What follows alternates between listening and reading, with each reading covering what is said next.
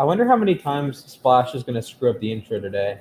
Like over under 1.5. 1.5, 2, maybe. I don't know. All right, let's get going. I guess we're live. Hello, ladies and gentlemen. Welcome to the Sports Desk with Ryan Potts and Jack Mitchell. I'm Ryan Potts, otherwise known as Splash. You can find me on social media at Mr. Splashman19 on Twitter and Instagram. And I'm on the U Stadium app as Splash. You can find Jack on U Stadium as Jack Mitchell and on Instagram as Jack_Mitchell_01. How's it going, Jack? Ladies and gentlemen, welcome to what will be Splash's final episode of the Sports Desk because of his attire choices. I have to. We got Eric Weddle, and we got a LA Chargers. Powder blue, your favorite. We also have a cut finger. Blue. I have a Band-Aid on it, but a cut finger, so that was exciting. I have a... Anyways. Yeah, exactly. How's it going, Jack? Good. Very good. Good to hear. Free agency. It's popping. Stafford's officially a Ram. It's fun times. Yes, sir. What a time to be alive, folks. Absolute happiness, all around the league. Well, unless you're like a Bengals fan. Like happiness for like the Patriots, the Washington football team. Tons of teams are having productive free agencies. You know what? I forgot to pull this up before the show, but I'm going to pull up the PFF data about it. But what an exciting time to, be an NFL fan. For some teams. For other teams, you probably want to jump off a bridge. But you know what? That's okay. Not every team can be the Kansas City Chiefs and just pick up Joe Thuney just because. So there's that, it happens.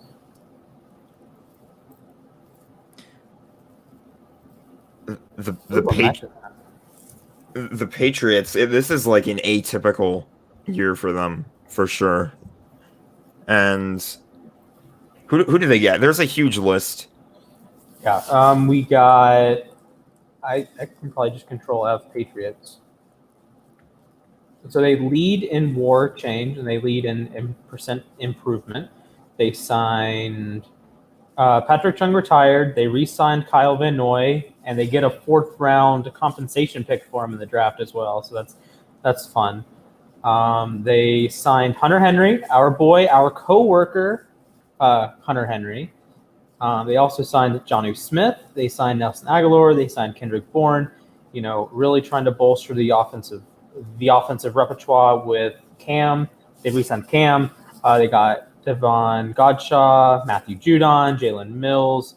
And Trent. They acquired Trent Brown through trade, and Dante Hightower is returning after a COVID opt-out. What a time to be a fan of the Patriots. I mean, this definitely looks like a better roster than they had last year. And obviously last year they had the most opt-outs in the league. So there's definitely some improvement there, both with the people returning and the new people coming in free agency. Mm-hmm. But you still have Cam Newton as your quarterback. And good point. I've seen personally that a talented offense with an average QB doesn't exactly tend to have the best results. I do want to give Cam the benefit of the doubt. I'm sure I've talked about it on every show I've ever been on, that Cam was very good for the first few weeks of the season. For sure. And then he got COVID. And then COVID threw a wrench in everything. And, they probably beat the Chiefs if he's a starter. They probably beat, say, Denver. They're 9-7, and all of a sudden you're a game out, 2 games out of the playoffs. And maybe you beat Miami the second time. Maybe you beat I don't think they beat the Rams, but no, it was 24-3 was that game. They don't that game doesn't flip, but the Patriots would have been perceived as a much more competitive team if Cam doesn't have that 2-week lull that he doesn't play, doesn't practice, and they had a brutal loss to the Chiefs. Stidham was terrible. Brian Hoyer, what? No, that game was god awful. Brian Hoyer gives me anxiety. I'm not even a Patriots fan, and he just gives me anxiety in the bucket load. Oh, it was a rough day at the office for the Patriots that afternoon. Or I guess that night, because that game was moved around with COVID. Indeed. The game was moved to Monday night. and nationally televised. Yeah, wasn't it? It was still on CBS though, right? It was still on CBS. So, They just called it like a Monday special, just like how Sunday Night Football called it their Wednesday special during the yes. Baltimore-Pittsburgh game. 2020 was a weird year. We Although all know this. that was supposed to be a Thanksgiving game, It and was. then all of a sudden it's like poof! It is not on Thanksgiving. It's about a week after Thanksgiving. So It wasn't even that. It was Thanksgiving, then it was the day after, then it was the day after. It was like they just kept pushing it back for forever. Yeah, it was quite screwy. So I'm gonna quickly pull up the PFF like top free agency list, and we're gonna roll through and do a little rapid fire here. We don't really have a script today. All right. Are you ready, Jack? I'm ready. All right. Dak Prescott re-signs with the Cowboys. Good move, bad move. Good. Good move. People know I've been saying it. That's something that needed to happen for Dallas for sure for a while. It was something that they needed to get done, and they finally did. I can finally stop coming on here every week and saying, just sign him already. They finally did it. Mm-hmm. Will he live up to it? Probably. It's just, what can the rest of Dallas do? And I feel like Dallas is slowly getting better. I love their receiving trio. It's CeeDee Lamb, Michael Gallup, and Amari Cooper. I love those guys together with Dak, and then Zeke as well. So also, I mean, yeah, go ahead. Yeah, I think they just need. There's still holes to fix for sure with Dallas. Mm-hmm. They have to execute too. That's a thing that I feel like they're not doing, is they're not executing well enough, and they're losing games because of it. Right. If they can turn that stuff around, they have the roster to maybe win the NFC East, and then who knows? Yeah, I think that's absolutely fair. Also, shout out, we have a new show on the network Monday nights at 6 p.m. Eastern. It is the Dallas Cowboys squad from Instagram. Chris, he has a new co-host coming, so you won't be seeing me. I'll be producing that show. So Chris and his co-host, they will be rocking Monday afternoons at 6 p.m. Eastern or 3 p.m. Mountain Standard Time, like me. So I love the Dak signing. I like that they got him to a long-term deal. You don't need the ticky-tack little free or franchise tag. Just sign him. He's your franchise guy. He's maybe the. Well, they did have to franchise tag him as like a procedural thing so that they wouldn't do it again in the future, but that doesn't really count, I guess. I think. Do you think it's a hot take to say he's the most talented quarterback to ever play for the Cowboys? Romo. Maybe. I don't know how good Romo was now that I think about it. I really like Romo, but I don't think I think Aikman's a little overrated historically. I mean, Roger Staubach was great, don't get me wrong. But I mean, I think Dak is as good as any, at least for his best years are as good as any peak year for Aikman or Romo or Staubach. So, I mean, you have a top 5 caliber quarterback in Dak when he's on the field. That's a good way of putting it, yeah. Chris Godwin returns on the franchise tag to Tampa Bay, about 1 year, $16 million. I think it's a great signing. Keep him in town. Keep everyone together, get the game back together, go back to the Super Bowl. Absolutely. Speaking of franchise tags, Allen Robinson, sadly, tagged by the Bears, 1 year, $18 million. I have to flex a little bit here because I called this move. I said that it would actually be a good thing for them to franchise tag him and then see what he can do. And I don't even remember who their QB is anymore. Isn't it Andy Dalton now for? Yes, Andy Dalton is currently the starter in Chicago. And I mentioned Dallas. Dak might be the best quarterback ever. Andy Dalton is, if he's halfway competent, will be the best quarterback in the history of the Bears, at least since Sid Luckman. So that's kind of scary to think about. Number 4, we have someone that's not signed. Kenny Galladay has yet to receive a contract. He's in talks with the Giants. He is in talks with the Giants. We are both very disappointed about that. We would both love to have him on our respective teams. He needs to go to Baltimore.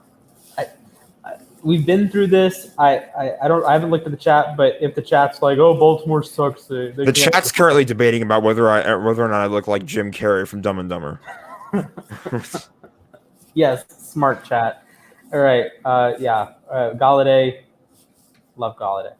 Number 5, Trent Williams, a 6-year, $23 million per year contract. Huge.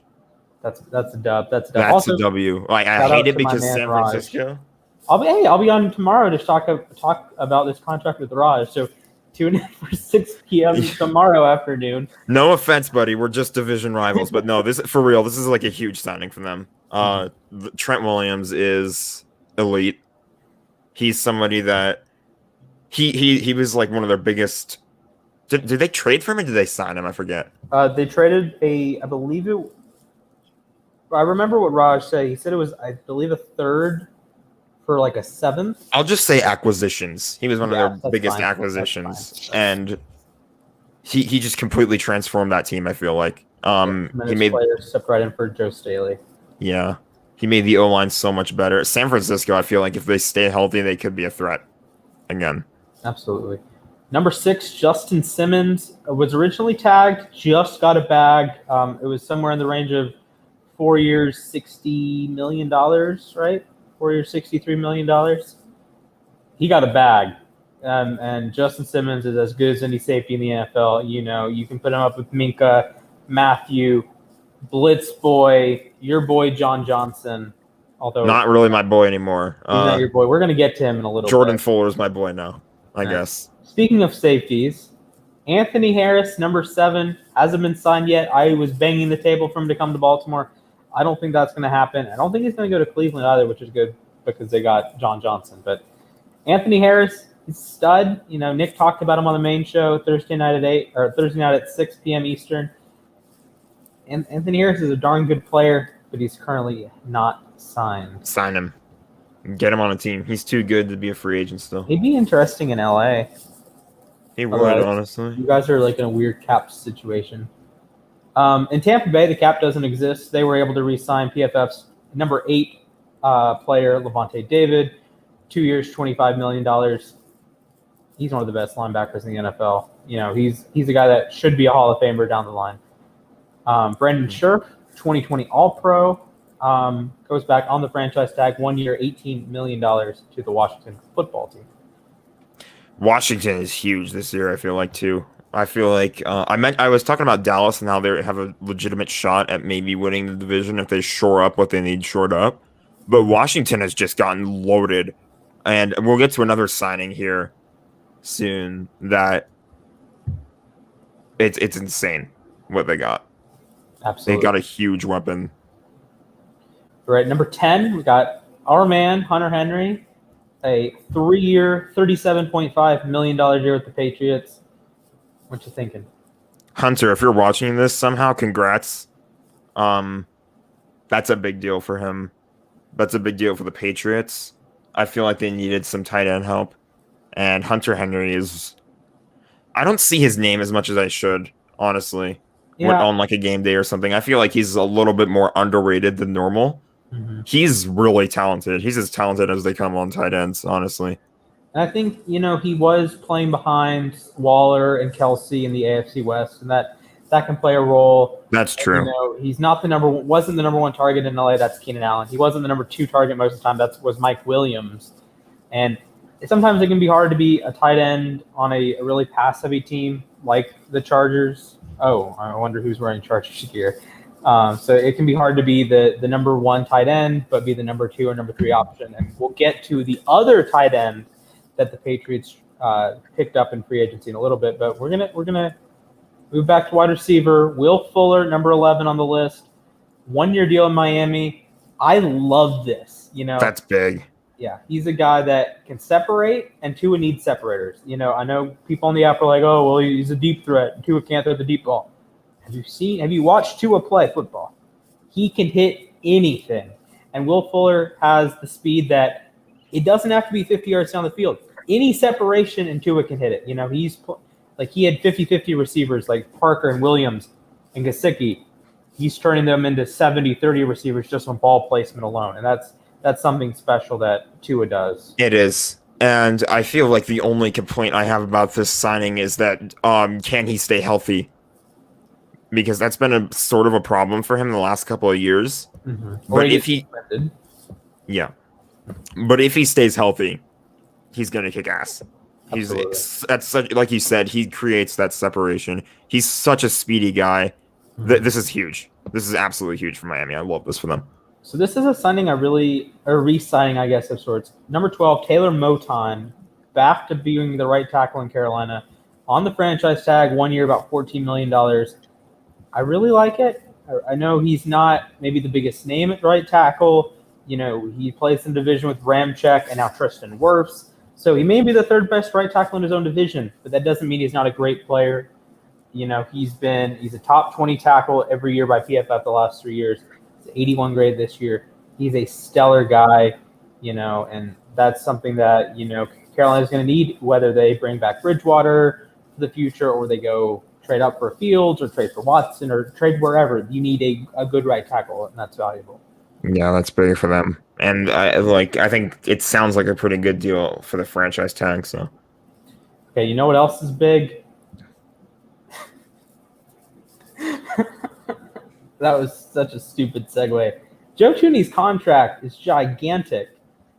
$80 million in total, 5 years, $16 million a year for a guard to the Kansas City Chiefs. Jeez. That was a punch to the gut for Ravens fans, Dolphins fans, Patriots fans, Jets fans too. Oof. Goes and signs with the two-time reigning AFC champions. I mean, that's big. That's so big for them. And we know that they need offensive line help considering the Super Bowl. Mm-hmm. In the grand scheme of things, the Super Bowl is one game. Like, I know it's like the championship game. It's the biggest game of the year. But you know what I mean in that, like, it was one game where the Chiefs' offensive line just had a bad day. Right. But at the end of the day, you also can't be having those kinds of things happen, period. Mm-hmm. Especially if you do want to win a championship, whether it's week 1 or whether it is the Super Bowl. So having that upgrade is pretty big for the Chiefs. Yeah. And one of those guys that wreaked havoc on that offensive line was number 14 free agent Shaq Barrett. 4 years, $68 million back in Tampa. Absolutely incredible value for a guy that has been one of the league leaders in pressures the last few years. Yeah. Like, he may not be Aaron Donald, but he's like number 2. He's damn good. He's damn good. Else. You know, he's been sensational the last 2 years with Tampa. Yeah, I love this for him. One of his division rivals, Marcus Williams, free safety for the Saints, back on the tag, 10 years, 1 year, $10.6 million. You know, Saints trying to keep everyone in. That they still have a great roster, even though Drew Brees retired. Actually, that was I guess breaking news during the week. Drew Brees retired. That was last week, I think. I'm pretty sure I mentioned it last week. I thought it was the 14th. I thought it was last week. Weird. Anyways, love Marcus Williams coming back to New Orleans. When did you? I actually want to know now. Okay, I'll keep moving. Number 16, William Jackson. We talked about Washington earlier. William Jackson, 3 years, $40.5 million to play cornerback in Washington. I really like it. You know, Jackson a couple years ago in 2017 had a ridiculous coverage season. You know, PFF had him as maybe not number 1 in everything, but he was number 2 in everything. And I'm not talking just in 2017. I'm talking ever. I'm talking Darrelle Revis, 2009 numbers. Jets fans in the comments. He was that good. And then he stepped off, just not great in 2018. He was fine in 2018, fine in 2020, not great in 2019. And I remember I said he was an elite corner, and then he started sucking, and I was very, very upset. I don't like when that happens. Okay, so on another note, really quickly, you were right about Brees, so I guess we'll talk about him after we're done with. I mean, shout out to Drew Brees. He retires with the most passing yards ever, touchdowns ever, 1 Super Bowl. Probably should be an MVP, but Peyton Manning stole it in 2009. Yeah, but Drew Brees is just. He's going to Canton. I don't think anybody really needs to say more than that. Absolutely. Like you can argue, is he top 5? Is he top 3? Is he the GOAT? Well, he's definitely a Hall of Fame quarterback. And I think absolutely. He's one of the shoe-ins of NFL history. Speaking of 15 years. 15 years with the Saints. It's not bad. He had a couple extra years with the Chargers that, before my time. But hey, he had those couple years with the Chargers, LaDainian Tomlinson years, Gates, Keenan McCardell. I think he was on the Chargers in that era. But speaking of old quarterbacks, we got the beard Fitzmagic himself. We got Ryan Fitzpatrick, number 17 on the free agency board, a 1-year, $10 million contract with the Washington football team. He is likely to be the starter. I'm intrigued. He's never made the playoffs, so Washington, beware of that history, but he probably is an upgrade over Heineke.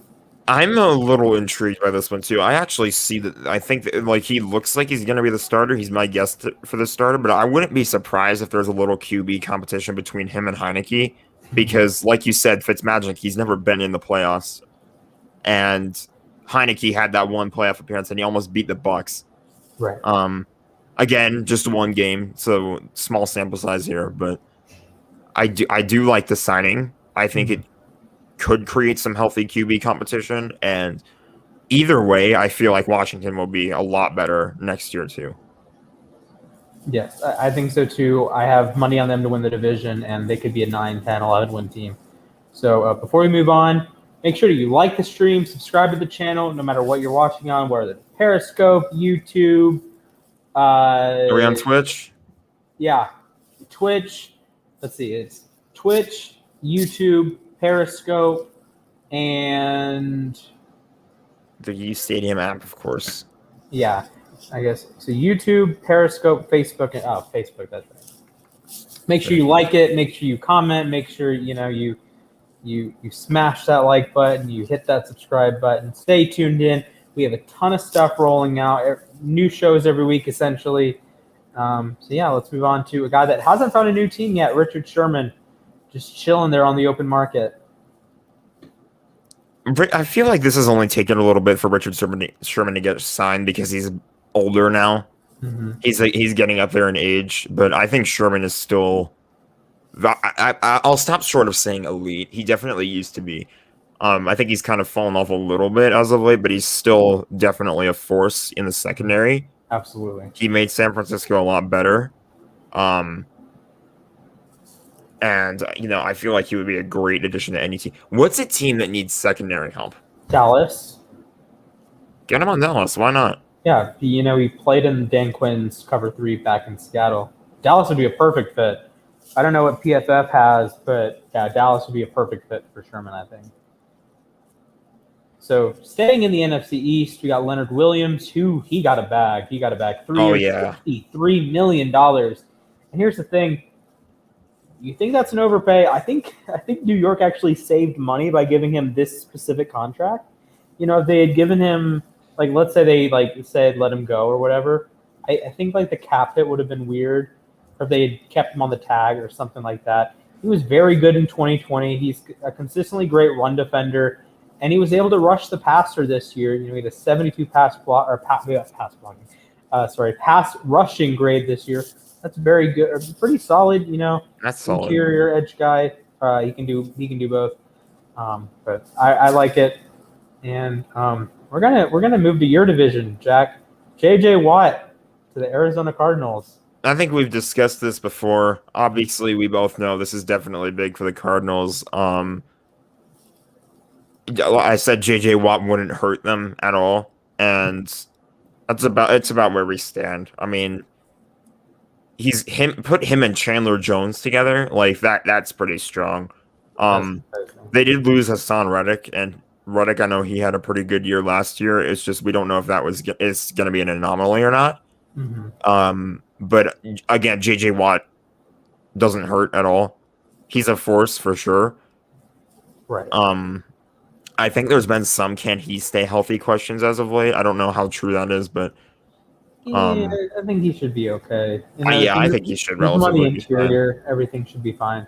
So now these last couple, we're just going to go rapid fire. I believe none of these guys have signed. Maybe one of them has.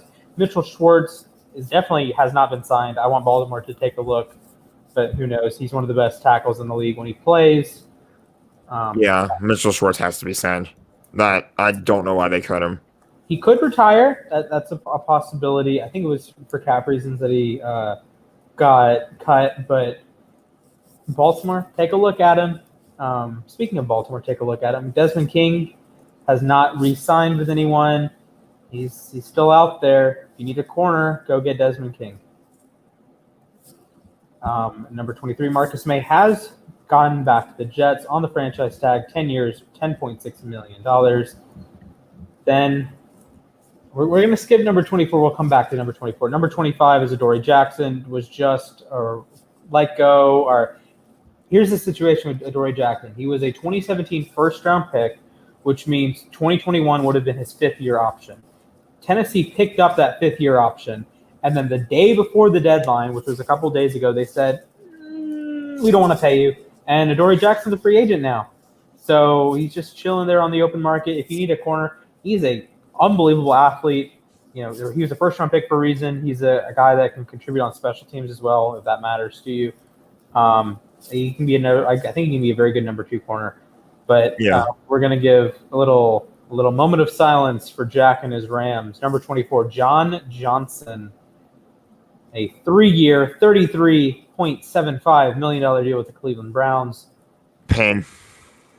Hey, at least my $5 bet on the Browns makes more sense. I mean, if you're a Browns fan, congratulations. I mean, you guys are gonna love John Johnson. He's one of the most underrated safeties in the league. He plays very well. He communicates well too. I think he was actually calling plays on defense for the Rams last year. Mm-hmm.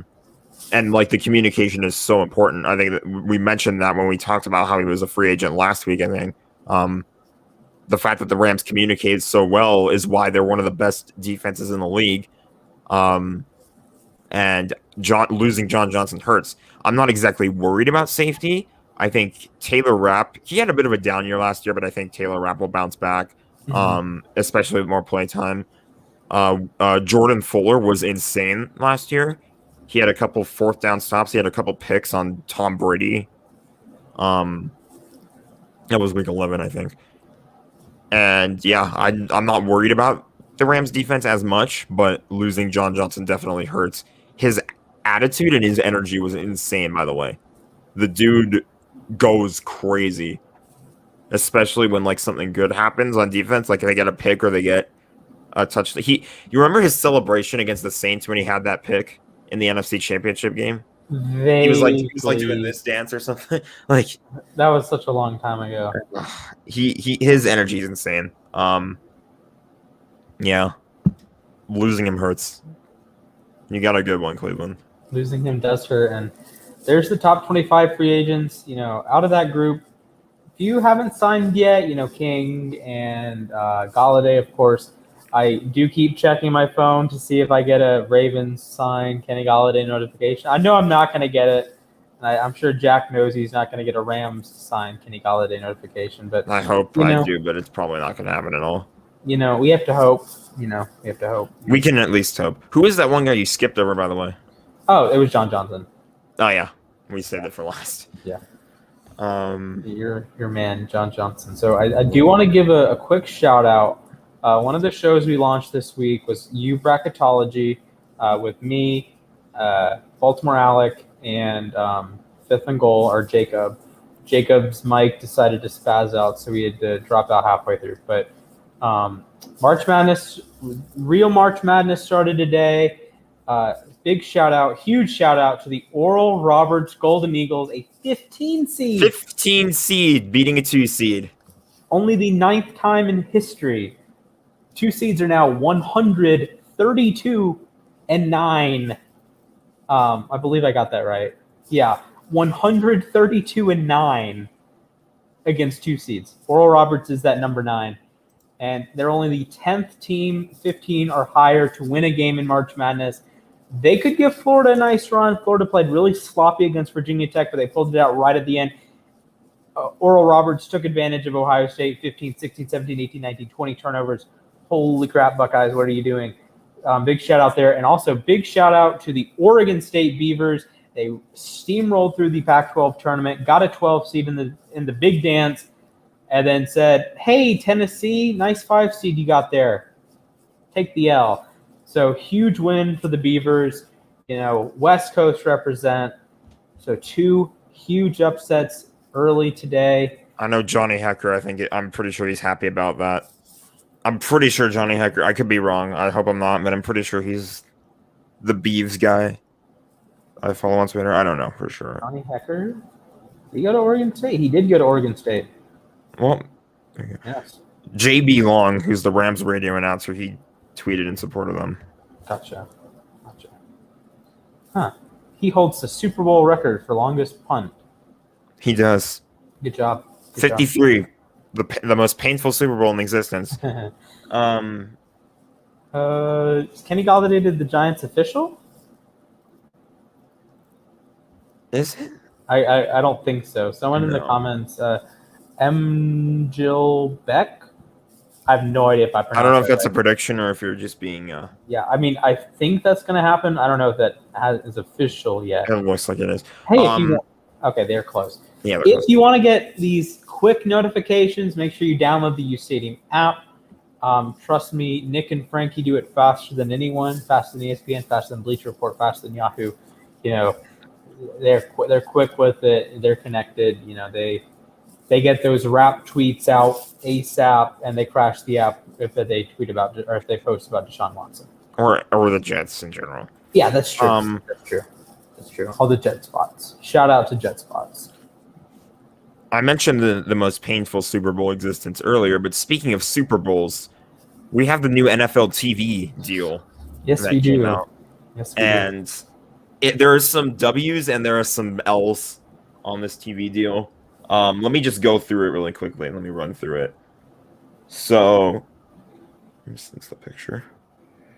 So, CBS is still have the AFC afternoon package is what it's called, and they're going to have games being streamed on Paramount Plus. Fox, they're still doing the NFC. NBC is still doing Sunday Night Football. ESPN and ABC are getting Super Bowls in 2026 and 2030. This is probably the first W on this list is that afternoon games can now be flexed to Monday Night Football. That is big. I'm really happy about that. Because there could be a game that we think deserved prime time. You remember the Rams-Eagles game in 2017. A lot of people wanted that to get flexed to Sunday Night Football. Yeah, when Wentz tore his ACL. Yeah. That didn't end up happening. It could have been flexed to Monday night, and it still would have gotten a primetime game. But, yeah, here you go. This is more of the money type of deal about it. But then we have Amazon. Beginning in... Notice, I guess I need to get to that screen. Notice this blank section here. Fox no longer will be doing Thursday Night Football. It's all on Amazon now. Beginning in 2023, I should say, is when it starts. So Fox still has... Fox will probably still be producing it. I assume it'll still be Joe Buck and Troy Aikman and all those lovely Fox folks. Who knows? Look at this huge figure for Disney. That is big. And ESPN is they are... I'm pretty sure they're really happy with where they're at right now. They just got the NHL back for next season, and now they're getting Super Bowls, and they're getting more Monday Night Football. Still, they're just cruising. Yeah. Say what you will about Disney as a whole, ESPN as a whole, but they are rolling in some dough. If you want to get people talking about a sport, you put it on ESPN. And yeah, I love what they're doing with this. I'm still disappointed that NFC games are not on CBS. I think as a fan of a team who had, let's say, either 9 or 10, 11, something like that, a lot of games on Fox last year, it was not good at all. I thought the one Rams game that was on CBS destroyed most of the other Fox ones. I'm not going to blame Joe Buck entirely. Joe Buck has had he's been up and down for me as of late. Oh, man. Good old Joe Buck. Yeah. But it's I think you can tell both of us are not really fans of Thursday Night Football being exclusively on Amazon. That's Correct. kind of a yikes. No bueno on that one. No. Speaking of no bueno on that one, what are the chances the Bears get Kenny Galladay? Really quick, actually, I'm going to mention this and then we'll move on to that. Okay. This was one of the last hurdles for the league to clear before they could officially make it a 17-game regular season. So I think by this point, the 17 regular season is confirmed. Absolutely. Once we get our Rams-Ravens matchup. Yes, we will. That should be. We're gonna have that Friday. Hopefully, it's a Sunday night game. I don't know. The NFL hates the Ravens. I have proof. I have evidence that they hate the Ravens and never put them in primetime games. But I do hope that's like Sunday night, Monday night, something like that. Yeah, it should be a primetime game. If it's Thursday night, then we have to cover it the week ahead, which would really suck. It's going to be Thursday night now that I mentioned it. I know, Crap. right? Dang it, NFL.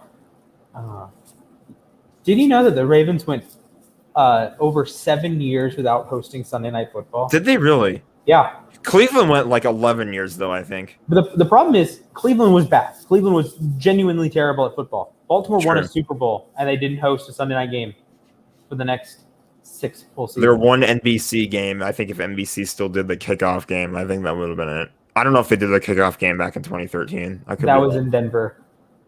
That was in Denver. Oh, yeah, because that was the year that they pushed it back to Wednesday, I think.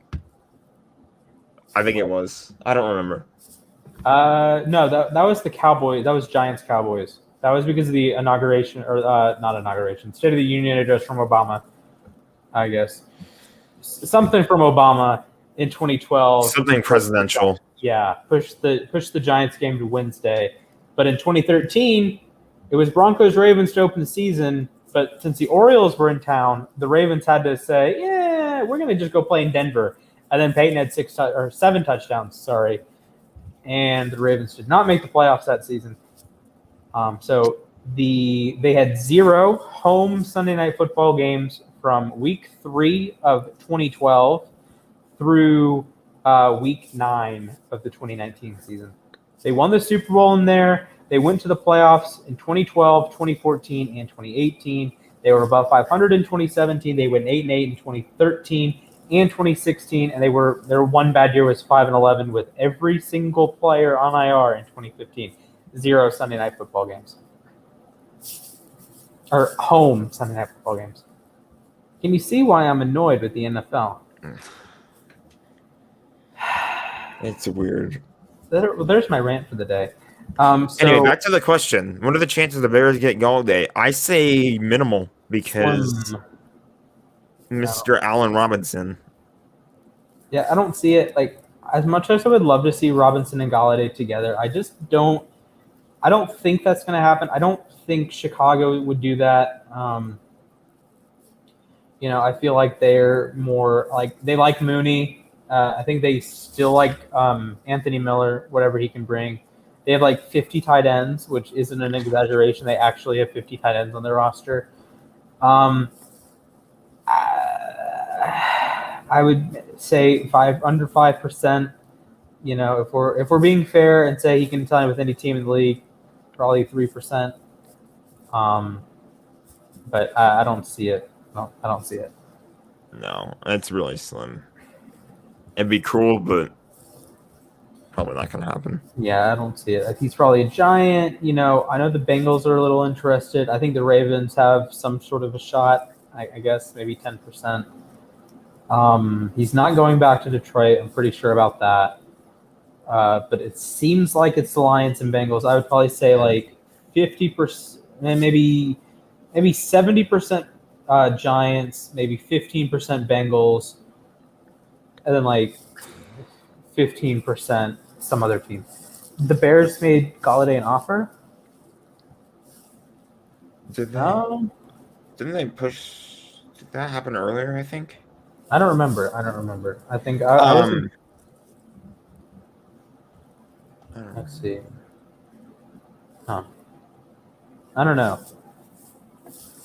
Yeah, I was in class earlier, so maybe it was pushed during then, but I don't think it was. I have to look on like the breaking news or the notifications tab. Bengals releasing Geno Atkins. I think they're gonna change that to a trade. But yeah, no more Geno Atkins wrecking havoc with the Cincinnati Bengals. Rough off season, I think, for Cincinnati. Nick hammered home on the main broadcast, but oof. The second comment on this is future Jet.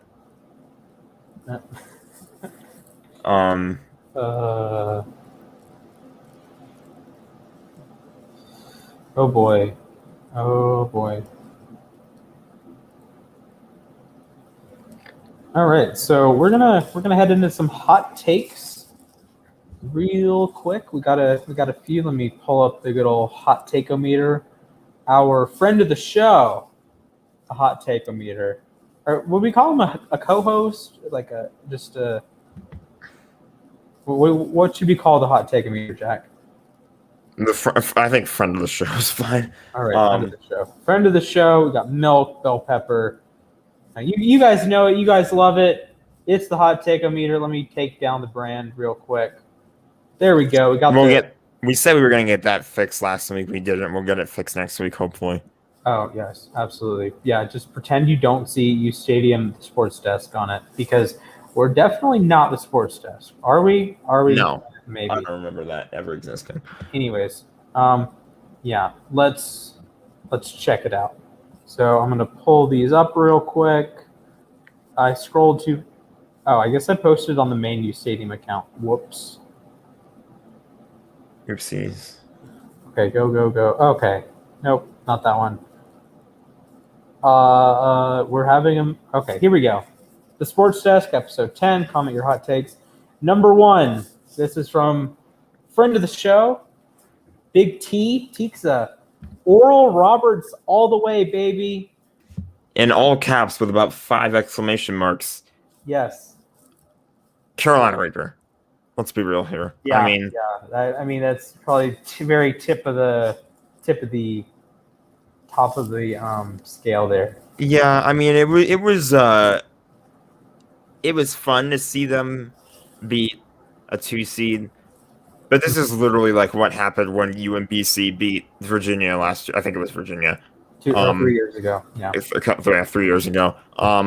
It was fun when it happened, but they're probably not going to win another game. I mean, if they did, cool. They can beat Florida. I think they can beat Florida. Beyond that, I don't think they beat Arkansas/Texas Tech. And then I don't think they beat Baylor. Like I think Ohio State played a horrendous game.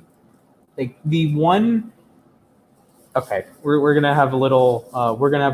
Like, I don't want to say film breakdown, but break this down. When you play basketball, it is impossible to score when you turn the ball over. Ohio State had darn near 20 turnovers. I know they went to overtime, but they had darn near 20 turnovers. They more than tripled the number of turnovers that Oral Roberts had. You can't win basketball games like this. This is why the Warriors lost several games when, they're 67-15 or 73-9. Why are they losing? Because they turn the ball over 25 times occasionally. So Ohio State had these horrendous possessions, and they would just give Oral Roberts a free layup or give Oral Roberts a free 3-point shot. And it's like infuriating. And at least when Oral Roberts, their worst possessions were missed threes. You know, they would have a shot rim out. They'd get blocked at the rim, something. Ohio State had to run 80 feet to score the basketball, though. When Ohio State turned the ball over, guess what? It's a clear path to the basket. It's 2 points. It's 3 points. It's free throws. And Oral Roberts is the best free throw shooting team in the country. Not even in the tournament, in the entire country, 82.4%. And Ohio State just made way too many errors to win the game today. And frankly, Florida, if they play the same way they did against Virginia Tech, they're getting killed. They're just getting run off the floor because Oral Roberts, Max, is it Axmus? Axmus? I think it's like Axmus or something to that degree. He didn't have a great game, and Oral Roberts still beat a top 10 team in the country. You know what? I'm going to move this down. I'm going to say Ghost Pepper. You're going to say Ghost Pepper? Yeah, I'm going to tone it down a little bit because there are a few teams in the country that shoot as well as Oral Roberts. No team shoots better free throws And if you just turn the ball over against them, and they, today they did a really good job, didn't turn the ball over. I think they had 5, maybe 6 turnovers the entire game. They do that, they can win, And if you're Florida, you turn the ball over 15 times, you're losing. So I'm gonna go down to Ghost Pepper on that one. That's fair. Okay, before we move on, we have an update on Kenny Galladay via Josina Anderson on Twitter. I hope I pronounced that right. Yes. As of this tweet, the current plan is for wide receiver Kenny Galladay to stay in town and continue his visit with the Giants. While talks continue, he has currently left the building, per source. So no deal yet, but he's going to keep talking to them. That's fair. We could see it. All right. Hot take number 2. This is from Bird Mafia. Juju is a great wide receiver, and Pittsburgh fans won't admit that Big Ben is dog dung. Juju. I wish I'd asked him define great. Like, where would you what tier of not tier, but number of receiver? I don't know if this is really. I'm having a hard time placing this one. So I think I'll roll first here. I think Juju's good. I think he has, just in terms of skills he brings to the football field, he's a pretty good receiver. He's a very traditional possession guy. You can use him in the slot. He's a great blocker, very physical. And I think one of the weird things is he's seen as this soft guy. He does TikToks. He gets a lot of attention for his off the field antics, or in this case, on the center of the field antics. Pre-game, there we go. Pre-game antics. We'll put it that way. He does these goofy things, but he's a really good player. I do agree. I think I'm leaning I don't want to say he's a great receiver. I think he's pretty solid. I would say jalapeno, and Big Ben is. I know people were saying, "Oh, well, why would he want to go play with?" I'm paraphrasing.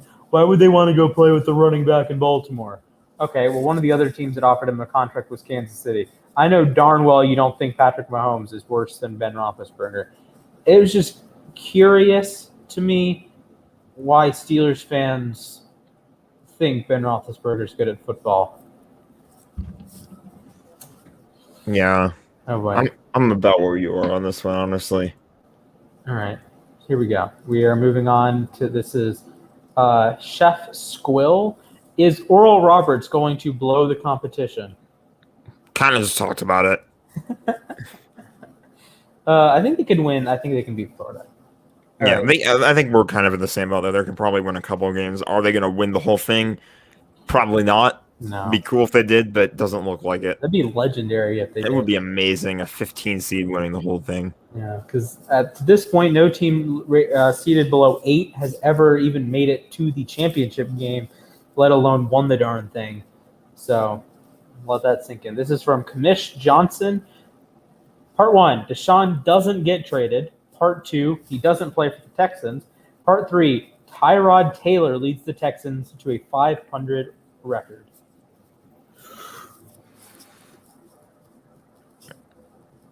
Well, it can't be a 500 record anymore if you're gonna. Well, you know what I mean. Unless you have a tie, you go 8-1. Yeah. Okay. Here's a hot take from me. I think it is more likely that Oral Roberts wins the tournament than it is that the Texans have a positive record this year. Yeah. The Texans are a clown show right now. This one's a Carolina Reaper to me. Tyrod Taylor has been the quarterback. Well, he was the backup, but he is. I have seen him. I've watched lots of Tyrod Taylor, Super Bowl champion Tyrod Taylor, including with the Chargers. He played one game, right? One game this year. He's just a weird quarterback, and I don't think Houston's certainly not built for him to succeed. Buffalo in 2017, yeah, they were. The Chargers had tons of weapons, yeah. But now, Will Fuller's gone. You traded DeAndre Hopkins for nothing. Brandon Cooks is still there, but what else do you have besides Brandon Cooks? Not much. You don't have a great offensive line. You don't have great running backs.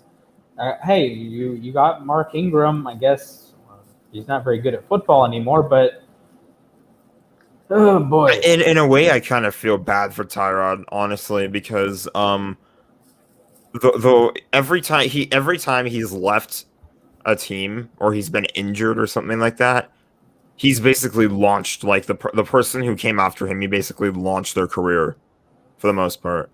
Yeah, we got Josh Allen in Buffalo, Justin Herbert, Baker Mayfield, and I mean, I guess you could say Deshaun Watson. What? Here we go. Here's the continuation of that. They trade Deshaun Watson. They get, like, say, the number 2 pick. Draft Zach Wilson. Then Tyrod, like, dies week 2. Zach Wilson becomes a starter, and poof, he's better than Justin Herbert. There we go. We have That's actually kind of likely to happen, honestly. Yeah. If the scenario presents itself. All right, we have Chef Squill is back again. Who are some upsets you can see for Saturday's games? I'll do one for, like, Milk, and then one for, like, Tabasco, one for Carolina Reaper. So my biggest, like, coldest hot take, like, it would be an upset, but I think a lot of people can see the upset happening. I would roll with Drake over USC. I think Drake's a very good team. They didn't play very well against Wichita State, but Wichita State is a difficult team to play well against. That's one reason why they always win in March. That's one reason they're always in the tournament in March. I think Drake is very good. They went into February undefeated, then have had some weird COVID pauses, played Loyola Chicago 3 times, I believe. And Drake's very good. It's a 6-11 game. I think they can win that one. My Tabasco hot take, give me your UNC Greensboro over Florida State. The Spartans, they can really score the basketball. And this Florida State team, traditionally, they're a very defensive-oriented team. You know, they had not Mo Bamba, Jonathan Isaac a few years ago. They've had and Patrick Williams last year. They've had very good defensive teams.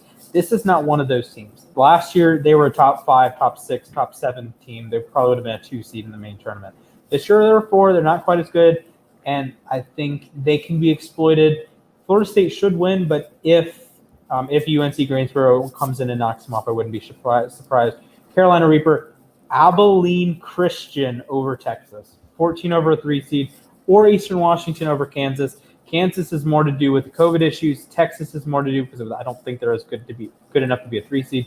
Abilene Christian is a little bit better than the average 14 seed. They've been rolling. They have an incredible record in the SWAC, I believe, and they're a team that I think can keep it at minimum, keep it close, and maybe they can pull off an Oral Roberts. I don't think they're as good as Oral Roberts. I don't think they have the upside of an Oral Roberts, but Abilene Christian, that's my hot take. That's your hot take. That was a splash question. I've said it before. I'm not really much of a college basketball guy or college sports guy in general. So, yeah, that was a splash question.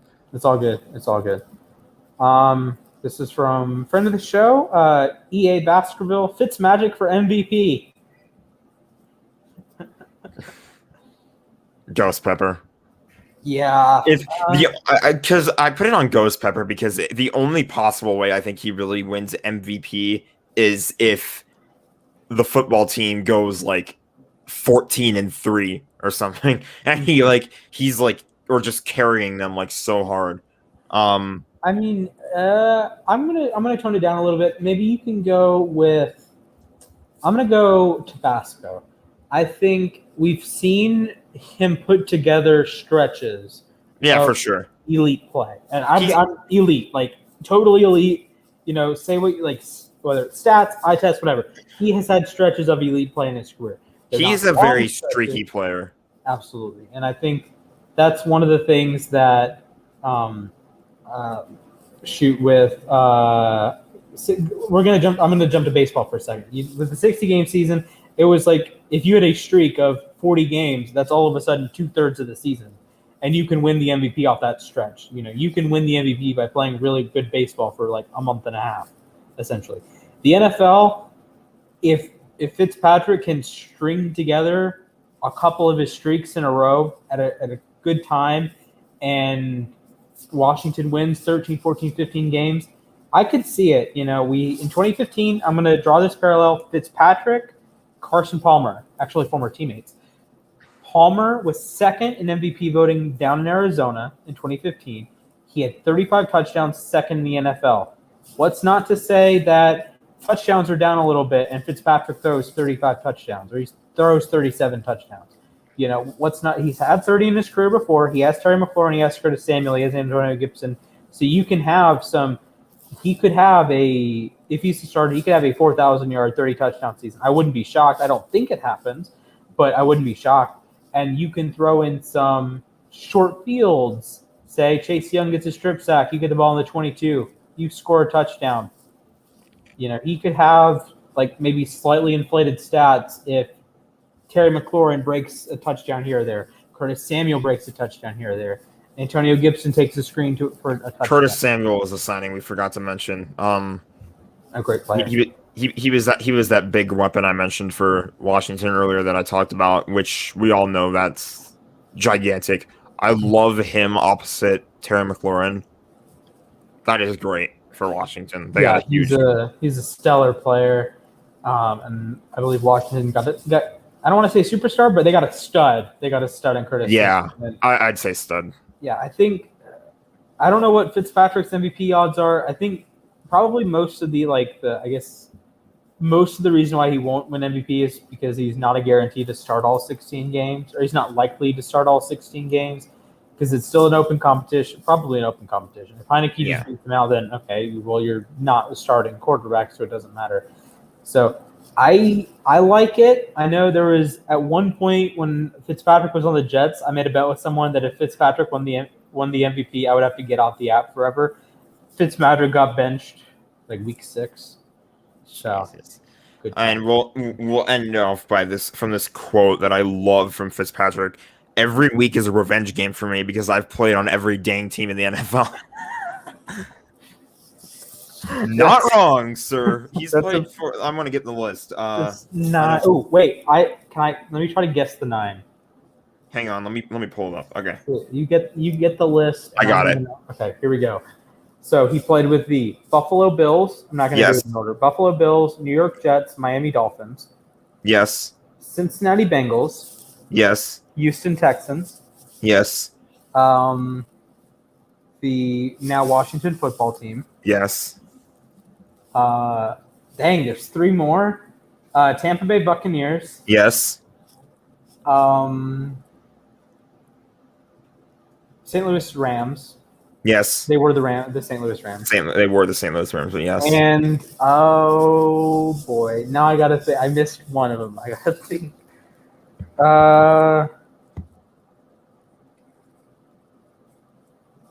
Oh, boy. Because, there's some teams that you can just rule out. So it wasn't – okay, it's not New England. It's not Baltimore. It's not Pittsburgh. It's not Cleveland. I said Houston. It's not Jacksonville. It's not is it Tennessee? It's Tennessee. Yeah, there we go. 9 for 9. 9 for 9. That was beautiful. And what a way to end the show. Everyone. That was cool. 9 for 9. I didn't think I was going to get the 9th one. Then it's Tennessee. Is it Tennessee? It was Tennessee. So there we go. The Fox graphic had it listed as the LA Rams, but that's just the current logo. Yeah, because he was 20. I think that was the second team, 06 maybe. I thought it was. It was 06, I think. Something like that. My brain is saying 09, but that's not. That right. would be. He played with them while they were the St. Louis Rams. Yeah.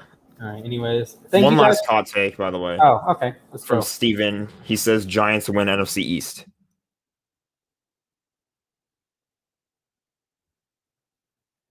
Did I lose connection?